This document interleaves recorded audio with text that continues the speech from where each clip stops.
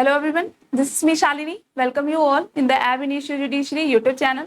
और आज हम बात करने वाले हैं हरियाणा एडीए एग्जाम के बारे में, जिसकी नोटिफिकेशन अभी रिसेंटली आउट हुई है 8 अगस्त को। और आज की डेट से दैट इज 30 अगस्त 2025 से इसकी जो फॉर्म फिलिंग है वो स्टार्ट हो चुकी है, जो कि 2 सितंबर तक चलने वाली है।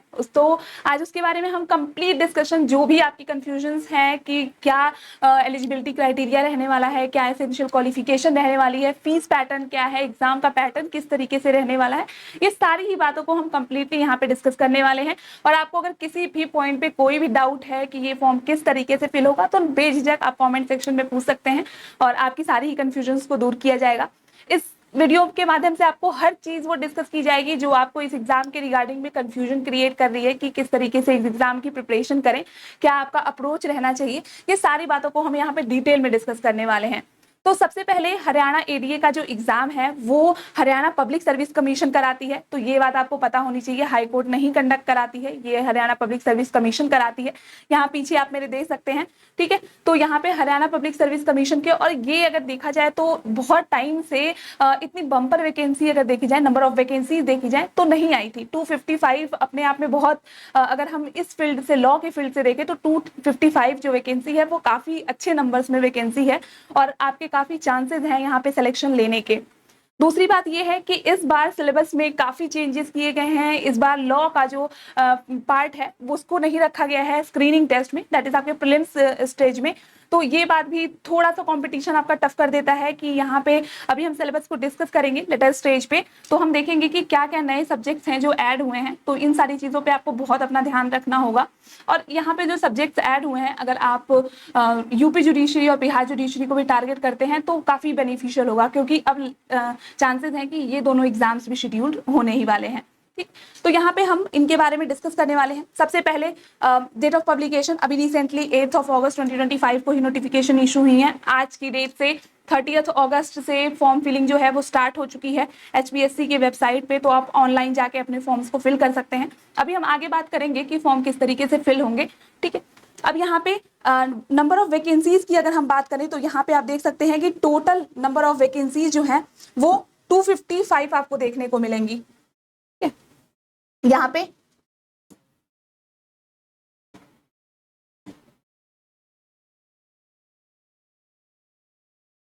आपको नंबर ऑफ वैकेंसीज देख सकते हैं आप। यहाँ पे टोटल जो वैकेंसी है वो 255 है, ठीक है।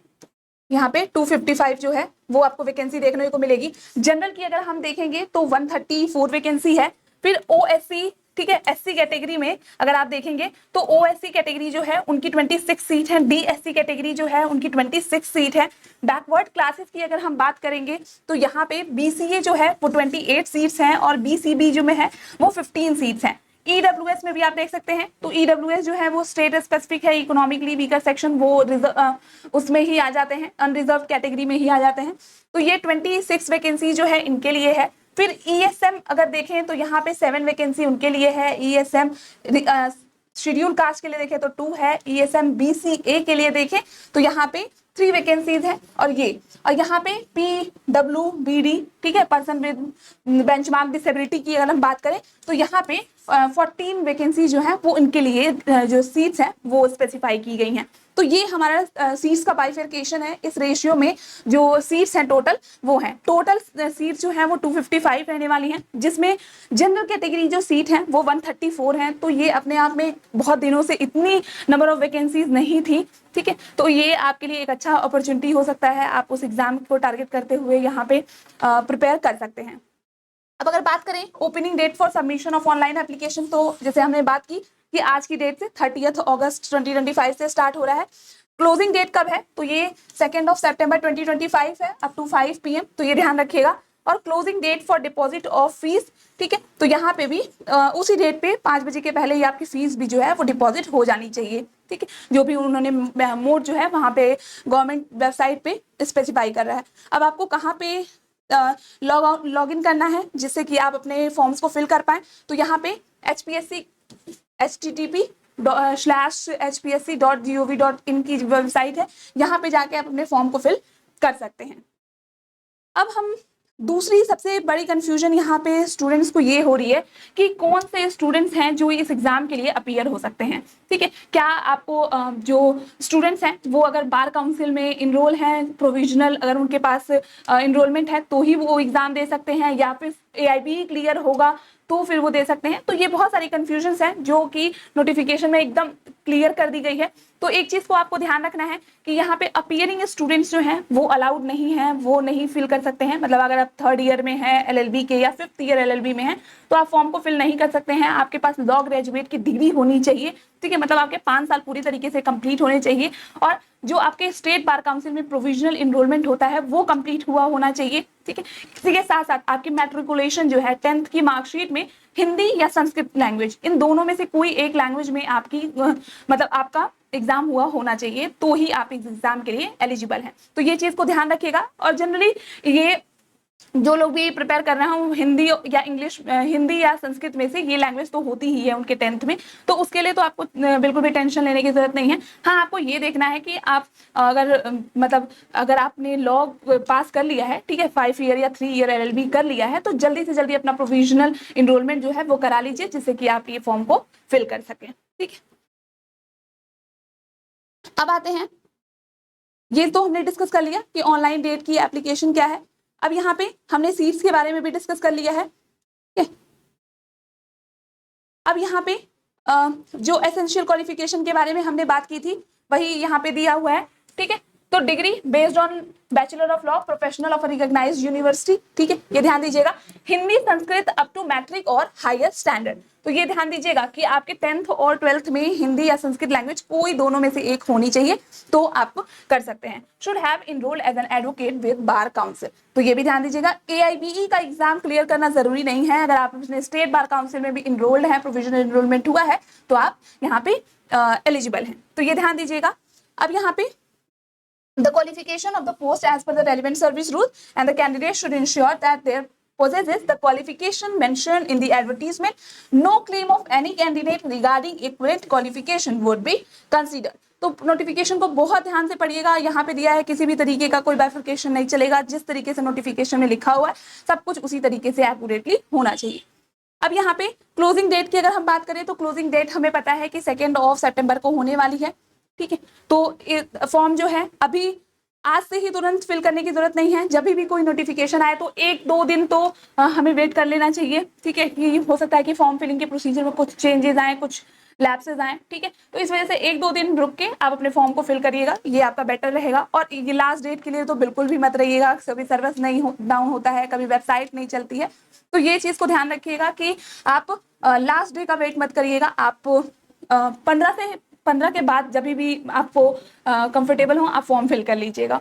ठीक है, अब हम बात करते हैं यहाँ पे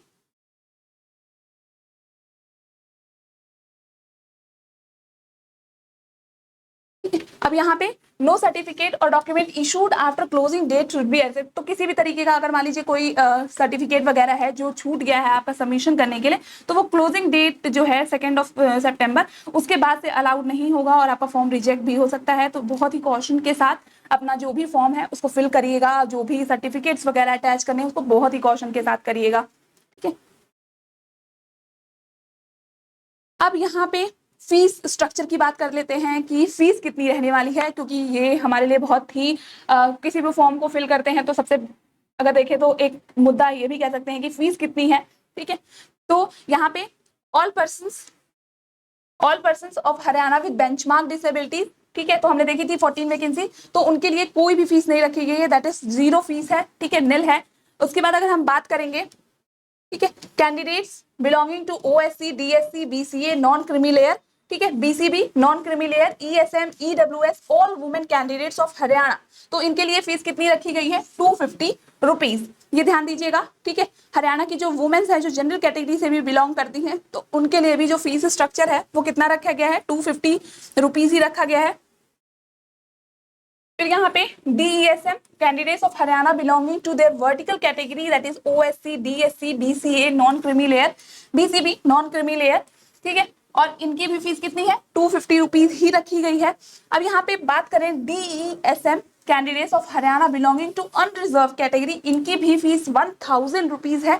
और ऑल रिमेनिंग जितने भी कैंडिडेट हैं, ठीक है, जितने भी कैंडिडेट रिमेनिंग यहाँ पे रह जाते हैं जनरल कैटेगरी और अनरिजर्व कैटेगरी से, तो उनको ध्यान दीजिएगा, उनकी कितनी है 1000 रुपीज, ठीक है। तो मतलब ये समझिए जनरल क्वेश्चन कि आप अगर हरियाणा से बाहर के हैं, ठीक है, और हरियाणा के भी हैं, अगर आप जनरल कैटेगरी से बिलोंग करते हैं तो आपकी फीस जो है वो 1000 रुपीज होने वाली है, ठीक है। और फीस एक बार प्रोसेस हो गई तो वो किसी भी तरीके से रिफंडेबल नहीं है, तो बहुत ही कॉशन के साथ अपने फॉर्म फिल करिएगा, जिससे कि फॉर्म में किसी भी तरीके की कोई गलती ना हो, जिससे कि आपके पैसे भी ना वेस्ट हो, तो ये ध्यान दीजिएगा। अब यहाँ पे अदर चीज़ों की रिगार्डिंग हम बात करते हैं, इशुएंस ऑफ जो आपके एडमिट कार्ड हैं, ठीक है, वो भी वेबसाइट पे ही आएंगे, तो कोई भी इस तरीके से एडमिट कार्ड नहीं आएगा कि आपको पोस्ट के थ्रू आएगा, तो ये ध्यान दीजिएगा कि आपकी ऑफिशियल वेबसाइट जो है जहां आप फॉर्म फिल कर रहे हैं वहीं पे आपको जो HPSC की ऑफिशियल वेबसाइट है वहीं पे आपको ई एडमिट कार्ड्स भी जो है वो देखने को मिलेंगे, ठीक है। अब एज लिमिट, ये भी अपने आप में एक मुद्दा है कि मैक्सिमम एज कितनी होनी चाहिए। तो यहाँ पे अगर हम बात करें तो यहाँ पे कैंडिडेट की एज दी हुई है कि अगर आप 21 साल से कम नहीं होनी चाहिए और 42 years on the last day of submission of the application, इतना, ठीक है। तो 21 साल से लेके 42 साल के बीच में आपकी एज अगर है तो आप एलिजिबल हैं इस एग्जाम को देने के लिए, ठीक है। तो ये ध्यान दीजिएगा। और रिलैक्सेशन भी प्रोवाइड किया गया है गवर्नमेंट के इंस्ट्रक्शंस के अकॉर्डिंग, तो यहाँ पे अभी हम देखेंगे कि कितना एज रिलैक्सेशन जो है वो किस कैटेगरी को और कौन लोगों को दिया गया है, तो उसको भी ध्यान दीजिएगा। अब यहाँ पे बात अगर हम करें तो जो लोग शेड्यूल कास्ट ऑफ हरियाणा से बिलोंग करते हैं उन्हें कितना एज रिलैक्सेशन दिया गया है, उन्हें 5 ईयर्स का एज रिलैक्सेशन दिया गया है।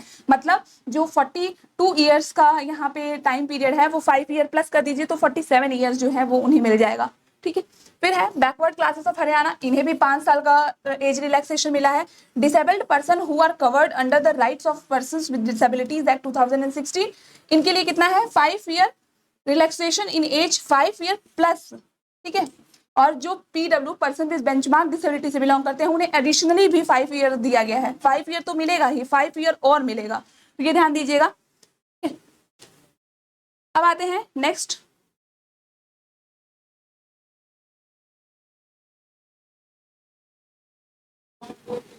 आगे है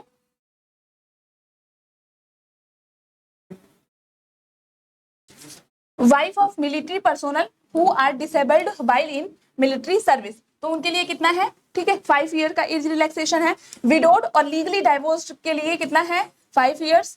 judicially separated women residing in separately for more than 2 years from the date as per for the purpose of age application, तो यहाँ पे भी 5 ईयर का एज रिलैक्सेशन दिया गया है।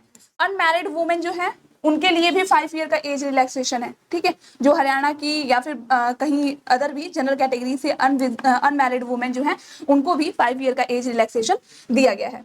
अब आते हैं ex serviceman including short service commission officer and emergency commission officer, इनको कितना है relaxation in age of extent of his military service added to 3 years provided, ठीक है। तो ये ध्यान दीजिएगा कि जो एक्स सर्विसमैन है या मिलिट्री पोस्ट से रिलेटेड थे उनके लिए क्या क्वालिफिकेशन है, एक बार आप रीड कर लीजिएगा, ठीक है।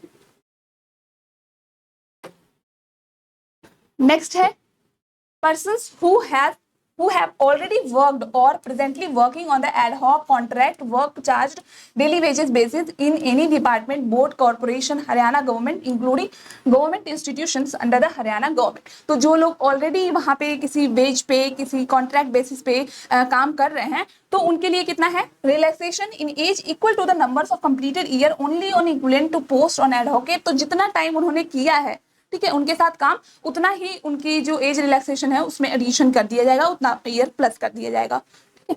तो ये ध्यान दीजिएगा। अब आते हैं नेक्स्ट,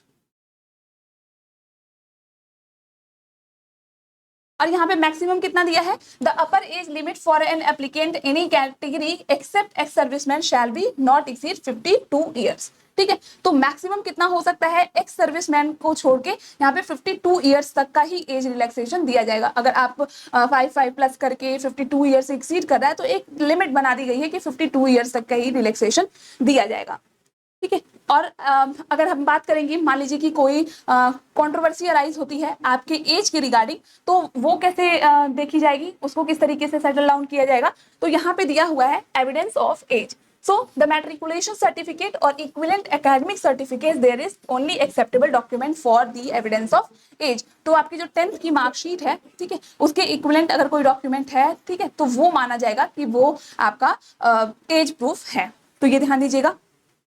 अब यहाँ पे facilitation counter for guidance of candidates, तो यहाँ पे हेल्प डेस्क नंबर दिए हुए हैं, अगर आपको किसी भी तरीके का कोई टेक्निकल इशू होता है तो आप यहाँ पे देख सकते हैं, ठीक है, तो ये ध्यान दीजिएगा। और फिर यहाँ पे वेबसाइट भी है, आप मेल भी कर सकते हैं, ठीक है, मेल करके भी अगर आपको कोई कंफ्यूजन हो रही है कि डॉक्यूमेंट के रिगार्डिंग क्या अपलोड करना है क्या नहीं करना है, तो आप उसकी रिगार्डिंग भी बात कर सकते हैं।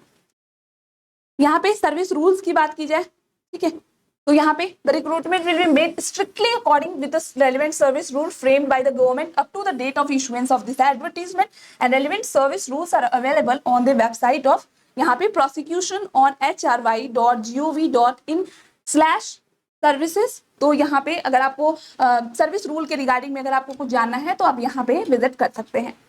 अब बात करेंगे मोड ऑफ एग्जामिनेशन, जो सबसे ज्यादा इंपॉर्टेंट है अगर आप इस एग्जाम के लिए कर रहे हैं। फॉर्म फिलिंग हो गई, अब तो हमारा सारा फोकस होना चाहिए एग्जाम पे, तो अब हम एग्जाम के पैटर्न पे फोकस करने वाले हैं कि मोड ऑफ एग्जाम क्या होने वाला है।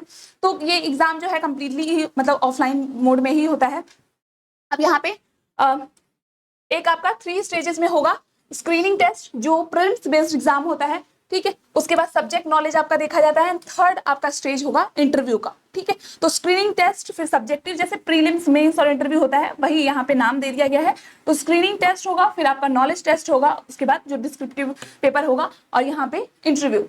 अब चेंजेस क्या हुए हैं इस साल, तो लॉ के रिगार्डिंग में हम देखें तो लॉ का पेपर जो है वो प्रीलिम्स से कंप्लीटली हटा दिया गया है, जिसमें से पॉलिटी का पार्ट थोड़ा सा है जो आ रहा है। बाकी अगर हम देखेंगे तो वहां पे लॉ का पार्ट जो है पिछले एग्जाम तक पूछा गया था, बट इस बार नहीं पूछा जा रहा है, तो ये ध्यान दीजिएगा।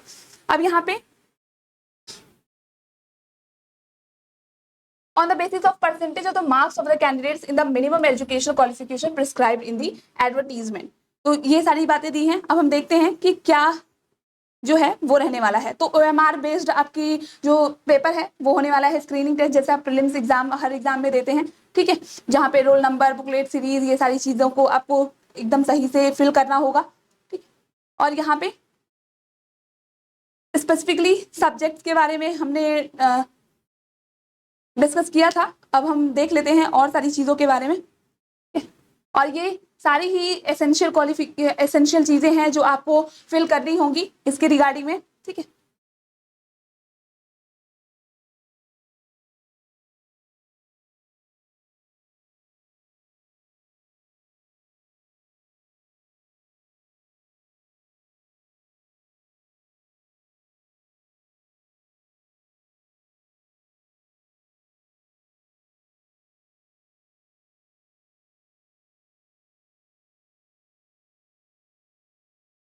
तो यहाँ पे आपका फॉर्म फिलिंग के रिगार्डिंग में इंस्ट्रक्शंस दिए हुए हैं, ठीक है, किस तरीके से आपको अपने फॉर्म जो है वो सबमिट करने हैं। तो यहाँ पे सबसे पहली बात तो किसी भी फॉर्म को अगर आपको फिल करना है तो उसके बारे में आपको कंप्लीट जानकारी होनी चाहिए, ठीक है। पूरे ही जितने भी इंस्ट्रक्शंस दिए हुए हैं उनको बहुत ही केयरफुली आपको रीड करना होता है। अब यहाँ पे the candidate should be read all the instructions mentioned in the advertisement carefully filing before the online application form. तो ये तो हम यहाँ पे डिस्कस कर ही रहे हैं, सारे ही क्वेश्चंस को रखा जाएगा जिस तरीके से आपके फॉर्म जो है वो इजिली फिल हो पाए और पूरी तरीके से करेक्टली फिल हो, ठीक। After filing of application form, the candidate should check all the particulars filled in the application form to ensure the correctness of the information and take a print of the same. After checking information, ठीक है, जो भी science वगैरह हैं उनको बहुत ही properly आपको करना होगा। जो रेलिवेंट डॉक्यूमेंट्स हैं जो अपलोड करने हैं उनको आप बहुत ही केयरफुली अपलोड करिएगा। After successful submission of the application, candidate should again print out of sine application form, ठीक है। तो एक बार जब भी आपका फॉर्म फिल हो जाए तो आप उसको डाउनलोड करके रख लीजिएगा, जिससे कि अगर फर्दर उसकी नीड अराइज होती है तो वो हो जाए। अब यहाँ पे the candidate should carefully mention all the categories to this belongs and the application form the candidates of the candidate would be consider only the category mention by him in her application form. तो अगर जो भी category से आप belong करते हैं उसको बहुत ही केयरफुली मेंशन करिएगा, अदरवाइज आप उसका बेनिफिट नहीं ले पाएंगे, ठीक है। तो और सर्टिफिकेट जो एसेंशियल होते हैं उसके रिगार्डिंग वो आप बनवा लीजिएगा पहले से ही, क्योंकि अब फॉर्म फिलिंग स्टार्ट हो गई है तो बहुत रश हो जाएगा जो सर्टिफिकेट्स हैं। तो आप पहले से अगर बने हुए हैं तो वेल एंड गुड, अगर नहीं भी हैं तो अभी भी आपके पास टाइम है, अभी भी आपके पास 15-20 दिन का टाइम है फॉर्म के लिए, तो आप आराम से जल्दी से बनवा के आप अपने फॉर्म पे अटैच कर सकते हैं। तो ये ध्यान रखिएगा कि सारे डॉक्यूमेंट्स आपके पास, अगर आप क्लेम कर रहे हैं उस कैटेगरी से बिलोंग करते हैं तो उसके प्रूफ के लिए आपके पास डॉक्यूमेंट भी होना चाहिए, ये ध्यान दीजिएगा।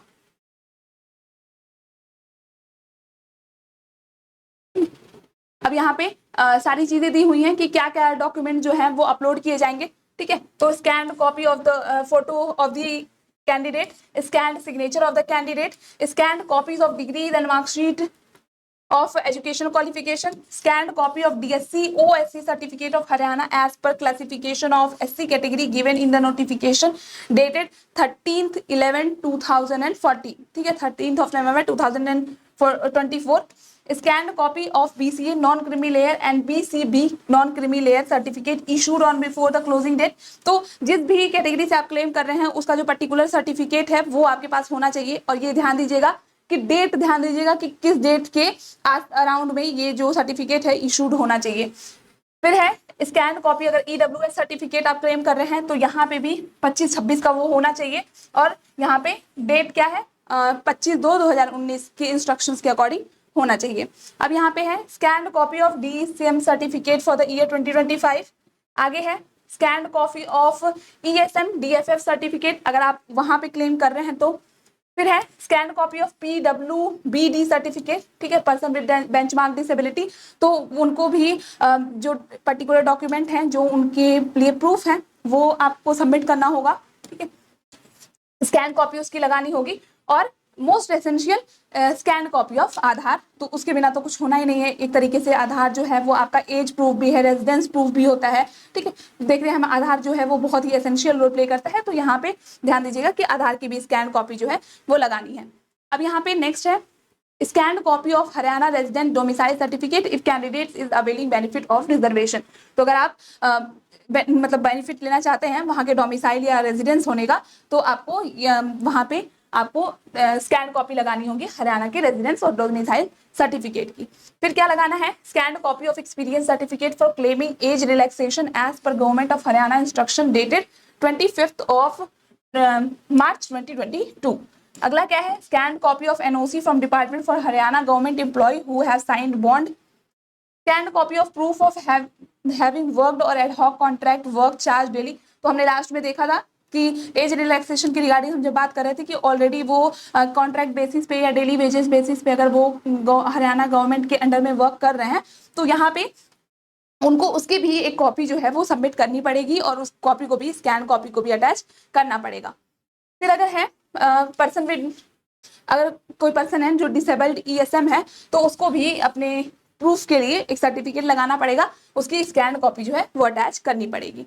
अब यहाँ पे नेशनैलिटी की बात करें तो कौन कौन लोग जो हैं, ठीक है, वो लोग इस रिक्रूटमेंट को फिल कर सकते हैं। तो यहाँ पे citizen of India, citizen subject of Nepal and subject of Bhutan, Tibetan refugee who came over India before 1st of January 1962 with the intention of permanently settling in India, and a person of Indian origin who has migrated from Pakistan, Burma, Sri Lanka, East African countries of Kenya, Uganda and United Republic of Tanzania, Zambia, Malawi, Zaire, Ethiopia and Vietnam with the intention of permanent settling in India। तो ये लोग जो हैं वो कर सकते हैं। Provided that the candidate belonging category B, C, D, E shall be a person whose favour certificate of eligibility has been issued by the government of India.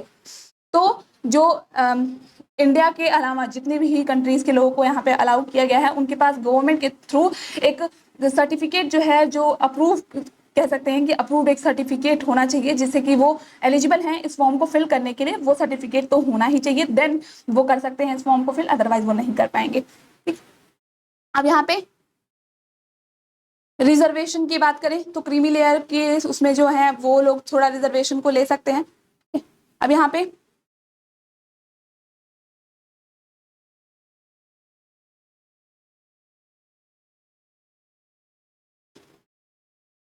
अब वही जो हमने स्कैन कॉपीज के बारे में बात की थी उसी को डिटेल में दिया हुआ है कि क्या क्या चीजें कहाँ कहाँ पे अटैच करनी होंगी, तो इतना आपको रीड करने की जरूरत नहीं है। जो एसेंशियल चीजें हैं वो हमने यहाँ पे डिस्कस कर ली हैं। अब यहाँ पे क्लैरिफाई किया गया है, it is clarified that the candidature of a candidate will be considered only if the category filled by him or in an application form, no change category will be allowed under any circumstances। तो जिस category में आपने एक बार form fill कर दिया वही category मान्य होगी, बाद में अगर आप चेंज वगैरह करना चाहते हैं अपनी कैटेगरी में तो वो किसी भी तरीके से मान्य नहीं होगा।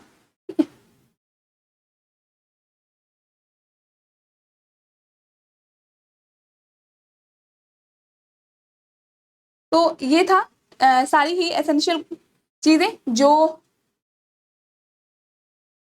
आपके एग्जाम के लिए एसेंशियल था कि किस तरीके से आपके फॉर्म फिल होंगे, क्या एलिजिबिलिटी क्राइटेरिया रहना चाहिए, क्या एज रिलैक्सेशन रहना चाहिए, ये सारी बातों को आज हमने डिस्कस किया। और अगर आप सिलेबस के रिगार्डिंग में डिस्कस करना चाहते हैं, जानना चाहते हैं कि किस तरीके से सिलेबस क्या है, कैसे क्लासेस वगैरह चलने वाली हैं, तो यहाँ पे ऑलरेडी वीडियो अपलोड हो चुकी है जहाँ पे सिलेबस के बारे में सर ने डिस्कस किया हुआ है बहुत ही डिटेल में, बहुत ही अच्छे से। तो आप वहाँ पे जाके चैनल पे विजिट करके जो एसेंशियल जो जानकारी है सब्जेक्ट के रिगार्डिंग कि कौन सा सब्जेक्ट आपको कहाँ से कवर करना चाहिए, क्या वेटेज रहने वाला है किन सब्जेक्ट का, ये सारी ही बातों के रिगार्डिंग में आपको उस वीडियो में सारी डिटेल्स मिल जाएंगी। बाकी फॉर्म फिलिंग किस तरीके से होगा वो यहाँ पे आपको पता चल चुका है कि क्या एसेंशियल रहने वाला है, कितनी सीट्स, नंबर ऑफ वैकेंसीज हैं, ये सारी बातों को यहाँ पे हमने डिस्कस कर लिया। अब यहाँ पे हम बात करने वाले हैं हरियाणा एडीए के हमारे इंस्टीट्यूट के साइड से जो बैचेस स्टार्ट किए जा रहे हैं वो 18 अगस्त से स्टार्ट किए जाएंगे। ठीक है, तो यहाँ पे उसके रिगार्डिंग हम बात करेंगे कि फीस स्ट्रक्चर क्या रहने वाला है। तो टॉप 50 स्टूडेंट्स जो हैं उन्हें 50% अब तो 50% का डिस्काउंट मिलने वाला है। तो यहाँ पे आप फीस देख सकते हैं, बहुत ही मिनिमल फीस है, ये प्रीलिम्स लेवल की फीस है, ये ध्यान दीजिएगा। और यहाँ पे जितने भी आपके प्रीलिम्स में जो एसेंशियल चीजें हैं वो सब यहाँ पे कराई जाएंगी, टेस्ट लगाए जाएंगे, रिकॉर्डेड क्लासेस आपको मिलेंगी और आपको 1-to-1 इंटरेक्शन मिलेगा जो एजुकेटर्स हैं उनके साथ। और जिस तरीके से जो एग्जाम पैटर्न रहने वाला है आने वाले एग्जाम का, उसी सेम पैटर्न पे आपको मॉक टेस्ट करने को भी मिलेंगे। साथ ही साथ क्लासेस भी आपकी कंडक्ट कराई जाएंगी जो इस बार देखते हैं कि हम मैथ्स और रीजनिंग भी आने वाला है, जीएस का पोर्शन भी आने वाला है। तो ये सारी बातों के रिगार्डिंग में आपको यहाँ पे हर चीज जो है वो आपको मिलने वाली है। तो वन स्टॉप सोल्यूशन कह सकते हैं कि ये आपका होने वाला है। और अगर आप टॉप 50 स्टूडेंट्स में आते हैं तो आप 50% का बेनिफिट जो है वो भी अवेल कर सकते हैं। तो आपके पास टाइम जो है वो बहुत ही लिमिटेड है, आप जल्दी से जल्दी अपना इनरोलमेंट कराएं हरियाणा एडीए के लिए। तो यहाँ पे 4999 फीस रखी गई है। आप अगर आप टॉप 50 में रहते हैं तो फिर आपके लिए बहुत बेनिफिशियल होगा, आप 50% तक का डिस्काउंट जो है वो अवेल कर सकते हैं। तो बिना वेट किए जल्दी से जल्दी, क्योंकि अगर हम एग्जाम की बात करें कि कब ये एग्जाम हो सकता है, ठीक है, तो अगर हम जनरल एक पैरालाइंस लेके चलें तो हम एक्सपेक्ट कर सकते हैं कि नवंबर से लेके दिसंबर के बीच में ये एग्जाम जो है वो हो जाएगा। ये कमीशन वैसे तो डिसाइड करेगी कि हाँ ये कम एग्जाम होना चाहिए, लेकिन एक जो हम प्रिडिक्शन लगा सकते हैं सारे एग्जाम्स को हरियाणा में जिस तरीके से होता है और जो टाइम दिया जाता है उसके अकॉर्डिंग हम बात करेंगे तो नवंबर से दिसंबर तक का ही टाइम है आपके पास एग्जाम्स को लिए।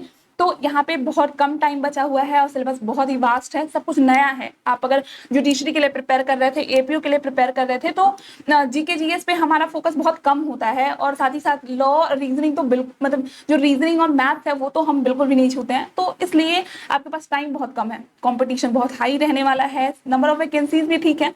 तो इसलिए अपनी एग्जाम्स की प्रिपरेशन को आज से ही स्टार्ट करिए और हमारे साथ जुड़ के भी आप अपनी एग्जाम की तैयारी को बहुत बेहतर बना सकते हैं। ठीक है, तो यहाँ पे अगर आपको किसी भी तरीके की क्वेरी है तो नीचे नंबर फ्लैश कर रहे हैं, आप कॉल करके वहाँ पे ले सकते हैं जानकारी जितनी भी चाहिए आपको। और साथ ही साथ यहाँ पे आप कमेंट सेक्शन में भी कमेंट कर सकते हैं, जो भी आपके टेलीग्राम चैनल पे आप विजिट कर सकते हैं कि आपके पास बहुत सारे मोड्स अवेलेबल हैं हमें कनेक्ट करने का। तो आज के लिए बस इतना ही। नेक्स्ट वीडियो में हम किसी अदर टॉपिक को डिस्कस करेंगे जो आपके आने वाले एग्जाम्स के लिए बेनिफिट होगा और साथ ही साथ आपकी नॉलेज को भी इनहेंस करेगा, बूस्ट करेगा। तो आज के लिए बस इतना ही, नेक्स्ट वीडियो में मिलते हैं किसी अनदर टॉपिक के साथ। तब तक के लिए keep learning, keep shining, all the best, thank you.